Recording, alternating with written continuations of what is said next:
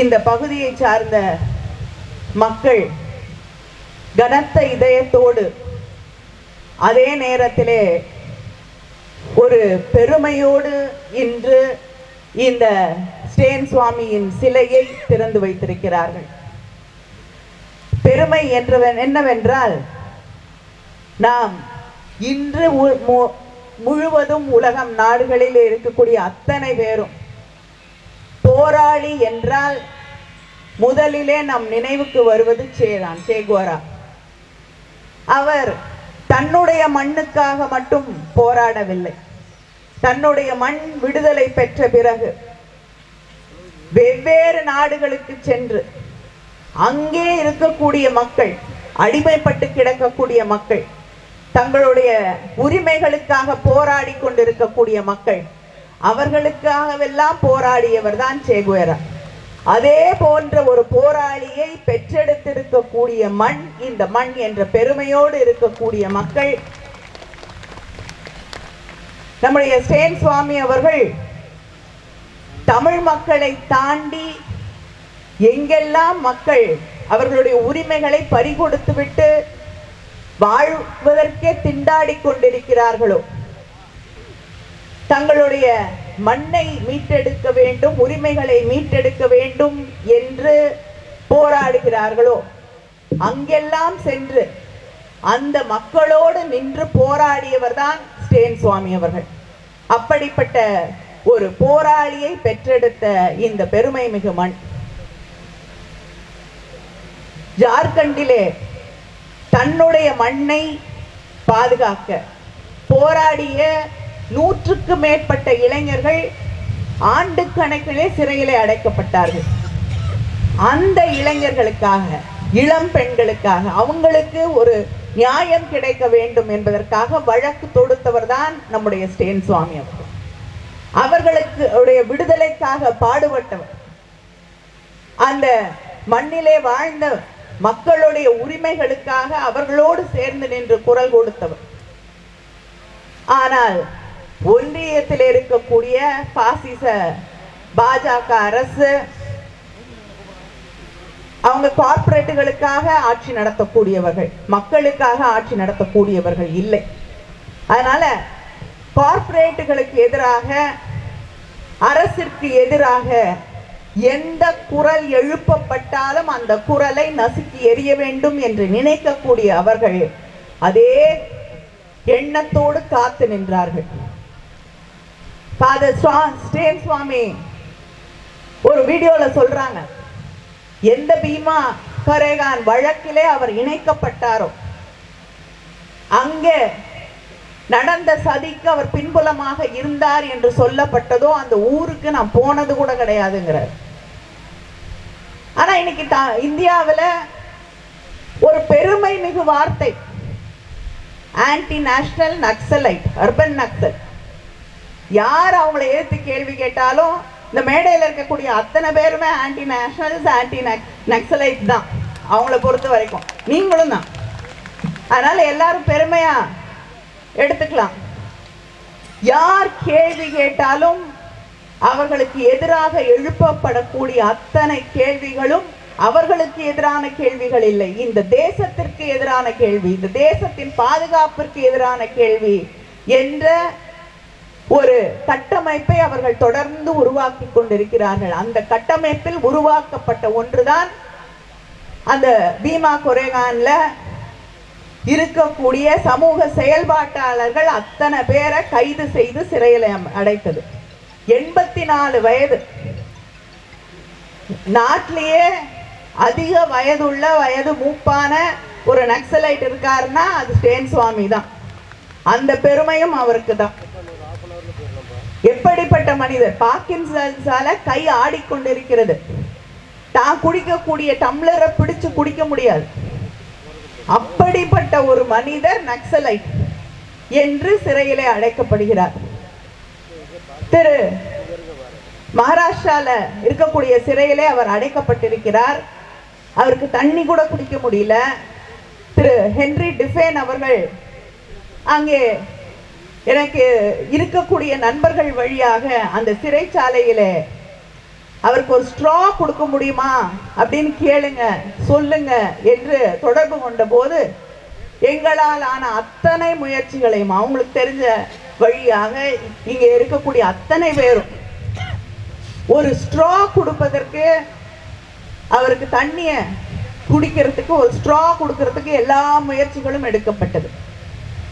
ஆனால் அந்த ஸ்ட்ரா கொடுக்க முடியாது என்று அந்த சிறையில் இருக்கக்கூடிய அதிகாரிகள் சொன்ன காரணம் மேல இருந்து பார்த்துக்கிட்டு இருக்காங்க, அதனால கொடுக்கறதுக்கு எங்களுக்கு பயமாக இருக்கிறது. ஒரு மனிதன் 84 வயதை தாண்டிய ஒரு மனிதன் பார்க்கின்சன்ஸால பாதிக்கப்பட்டு கை நடுங்கி தண்ணி குடிக்க முடியாத ஒரு மனிதன், அவருக்கு தண்ணி கொடுக்கறதுக்கு ஒரு ஸ்ட்ரா கொடுக்கறதுக்கு மேலிடம் எங்களை கவனித்துக் கொண்டிருக்கிறது. ஒரு தவித்த வாயிற்கு ஒரு தண்ணி கொடுக்க கூடாது என்பது கவனித்துக் கொண்டிருக்கிறது என்றால் எப்படிப்பட்ட ஒரு கொடுமையான ஒரு நிலையிலே நாம் வாழ்ந்து கொண்டிருக்கிறோம் என்பதை நாம் புரிந்து கொள்ள வேண்டும். இன்னைக்கும் அந்த பீமா கொரேகான்ல கைது செய்யப்பட்டவர்கள் 8 பேர் தான் வெளியில வந்திருக்காங்க, மீதி இன்னும் சிறையிலே தான் இருந்து கொண்டிருக்கக்கூடிய ஒரு சூழலை நாம் பார்த்து கொண்டிருக்கிறோம். இப்படி யார் எதிர்த்து கேள்வி கேட்டாலும் அவர்களுக்கு எதிரான வழக்குகள், அவர்களை தேச விரோதிகள் என்று சொல்லி அவர்களை வாயடைக்கக்கூடிய, இல்லை என்றால் அவர்களை கொலை செய்யக்கூடிய ஒரு நிலை இந்த நாட்டிலே நிலவிக் கொண்டிருக்கிறது என்பதை நாம் புரிந்து கொள்ள வேண்டும். இப்படிப்பட்ட இந்த நிலையிலேதான் மத ரீதியான அரசியல், ஜாதியை கொண்டு வந்து ஒரு அரசியல், மக்களை எப்படியெல்லாம் பிரித்தாள முடியும், மக்களை எல்லாம் எப்படி அச்சுறுத்தி ஒரு அரசியலை நிகழ்த்தி காட்டிவிட முடியும் என்று, அது சட்டங்களாக இருக்கட்டும், மக்களுக்கு எதிரான திட்டங்களாக இருக்கட்டும், அவங்க திட்டங்கள் கொண்டு வருவாங்க. அந்த திட்டம் என்னன்னு நமக்கு புரியறதே பெரும்பாடு. ஏன்னா எந்த திட்டத்துக்கும் மாநில மொழியில பேர் வைக்க மாட்டாங்க, எந்த திட்டத்துக்கும் ஆங்கிலத்தில் பேர் வைக்க மாட்டாங்க. நானே ஒரு கமிட்டியோட சேர்பர்சனா இருக்கேன். அது என்னன்னு கேட்டு தெரிஞ்சு புரிஞ்சு அந்த மீட்டிங்கை நடத்துறதுக்குள்ள நமக்கே பெரிய தலை சுத்திரும். ஏன்னா அது என்ன மொழின்னு எனக்கு தெரியாது, அதோடைய அர்த்தம் என்னன்னு தெரியாது. திடீர்னு போஷான்னுவாங்க, கிசான்னுவாங்க, யார் அவங்க என்னன்னே நமக்கு தெரியாது. இப்படி அவங்க கொண்டு வரக்கூடிய சட்டங்கள், சட்டத்துக்கெல்லாம் பேர் மாத்தினாங்க சமஸ்கிருதத்துல, ஹிந்தியில. நான் வழக்கறிஞர்களிடம் கேட்டேன், என்ன மாத்தம் கொண்டு வந்திருக்காங்க சட்டங்கள்ல, புதுசா பில்லு கொண்டு வந்தாங்கன்னு. எனக்கு முதல்ல அது என்ன பில்லுன்னு புரியட்டும், அப்புறமா உங்களுக்கு எக்ஸ்பிளைன் பண்றேன். நான் இப்படி மொழி ஆதிக்கத்தால் தொடர்ந்து நம்முடைய உரிமைகளை பறிப்பது, அதே நேரத்தில் மாநில உரிமைகளில் தலையிட்டு ஒவ்வொரு மசோதாவிலும் மாநில உரிமைகளை பறிக்கக்கூடிய ஒரு ஆட்சி, அந்த மாநில உரிமைகளை பறிக்கக்கூடிய அதே நேரத்தில் சாதாரண சாமானிய மக்களுடைய உரிமைகளை, மக்களுக்காக போராடக்கூடியவர்களுடைய உரிமைகளை பறிக்கக்கூடிய ஒரு ஆட்சி தான் அங்கே நடைபெற்று கொண்டிருக்கக்கூடிய ஆட்சி என்பதை நாம் மறந்துவிடக் கூடாது. யாருக்கும் என்னுடைய உணவு என்னன்னு முடிவு செய்யக்கூடிய உரிமை எனக்கு கிடையாது, என்னுடைய உடை என்னன்னு முடிவு செய்யக்கூடிய உரிமை எனக்கு கிடையாது, என்னுடைய மதம் என்ன என்று முடிவு செய்யக்கூடிய உரிமை எனக்கு கிடையாது, என்னுடைய வாழ்விடம் எது என்று ஒரு கார்ப்பரேட் கம்பெனி தான் முடிவு செய்ய வேண்டிய ஒரு நிலை என்று ஒரு நிலையை இந்த நாட்டிலே அவர்கள் உருவாக்கி வைத்திருக்கிறார்கள். இதை எதிர்த்துத்தான் நம்முடைய முதலமைச்சர் அவர்கள் தொடர்ந்து போராடி கொண்டிருக்கிறார்கள். அந்த போராட்டத்தை நாம் வலுப்படுத்த வேண்டும்.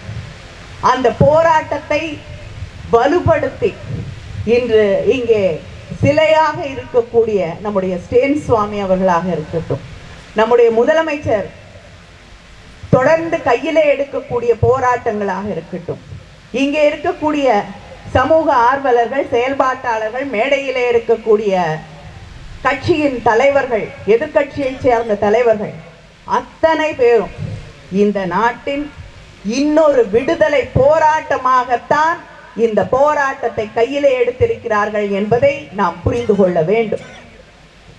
இது தேர்தலுக்கான ஒரு மாற்றத்தை நாம் சொல்லவில்லை, முன்வைக்கவில்லை. தேர்தலை தாண்டி தலைமுறைக்கான ஒரு விடுதலையை நாம் முன்னெடுக்க வேண்டும் என்பதை நாம் புரிந்து கொள்ள வேண்டும். நம்முடைய பிள்ளைகளுக்கு நாம் விட்டு செல்லக்கூடியது நம்ம வீடோ நிலமோ எதுவும் இல்லை. அவர்களுக்கான உரிமைகளையும் விடுதலையையும் நாம் விட்டு செல்ல வேண்டும் என்பதை நாம் புரிந்து கொள்ள வேண்டும். அதை விட, விடுதலை விட, உரிமையை விட வேறு எதுவும் உயர்ந்தது இல்லை, சுயமரியாதையை விட வேறு எதுவும் உயர்ந்ததில்லை என்பதை நாம் புரிந்து கொள்ள வேண்டும். வீட்டை விட்டுட்டு போலாம், அடிமையாக இருந்தா எந்த பிள்ளையும் அந்த வீட்டில் வாழ முடியாது நிம்மதியா. உரிமைகள் இல்லாமல் யாரும் நிம்மதியாக சுயமரியாதையோடு வாழ முடியாது. நம்முடைய உரிமைகளுக்காக, நம்முடைய எதிர்கால தலைமுறையின் சுயமரியாதைக்காக நாம் பாடுபட வேண்டும். ஒரு மாற்றத்தை கொண்டு வர வேண்டும், ஒரு நியாயத்தை உருவாக்கி காட்ட வேண்டும். இந்த சமூகத்திலே சமூக நீதியை, அடித்தட்டிலே இருக்கக்கூடிய மக்களின் குரலை கேட்கக்கூடிய சட்டங்களை, இங்கே தீர்மானங்கள் வைக்கப்பட்டது. சமூக செயல்பாட்டாளர்களை பாதுகாக்க, ஹியூமன் ரைட்ஸ் ஆக்டிவிஸ்ட பாதுகாக்கக்கூடிய சட்டங்கள் இயற்றப்பட வேண்டும் என்ற கோரிக்கை வைக்கப்பட்டிருக்கிறது. நிச்சயமா இந்த கோரிக்கைகளை முதலமைச்சர் அவர்களும் பார்த்திருப்பார்கள். அதே நேரத்தில் என்னால் முடிந்த நிச்சயமா அண்ணன் திருமாவளவன் அவர்களும் இதை ஏற்றுக்கொள்வார்கள் என்று நம்புகிறேன். பிரைவேட் மெம்பர் பில் தனிநபர் மசோதாவாக நிச்சயமாக அதை நாடாளுமன்றத்திலே நான் கொண்டு வருவதற்கு தயாராக இருக்கிறேன் என்ற அந்த உறுதியை நான் உங்களுக்கு தருகிறேன். ஏனென்றால் மக்களுக்காக குரல் கொடுக்கக்கூடியவர்கள் பாதுகாக்கப்பட வேண்டும். அதுதான் திராவிட இயக்கம், திராவிட முன்னேற்ற கழகத்தின் அடிநாதமாக, திராவிட மாடல் ஆட்சி என்று சொல்லக்கூடிய நம்முடைய முதலமைச்சர் திரும்ப திரும்ப திரும்ப சொல்லக்கூடியது எல்லாருக்குமான ஆட்சி, எல்லாருக்குமான உரிமைகள் இருக்கக்கூடிய ஆட்சி, எல்லாரும் எதிர்காலத்தையும் பற்றி அக்கறை இருக்கக்கூடிய ஒரு ஆட்சி, எல்லாருக்குமான ஒரு எதிர்காலத்தை உருவாக்கி தரக்கூடிய ஒரு ஆட்சியை நாம் உருவாக்கி காட்ட வேண்டும் என்பதுதான் அவர் மறுபடியும் மறுபடியும் மறுபடியும் சொல்லக்கூடிய திட்டம், சட்டம், எதிர்காலத்திற்கான கனவு. அதை நிறைவேற்றி காட்டுவோம். நன்றி, வணக்கம்.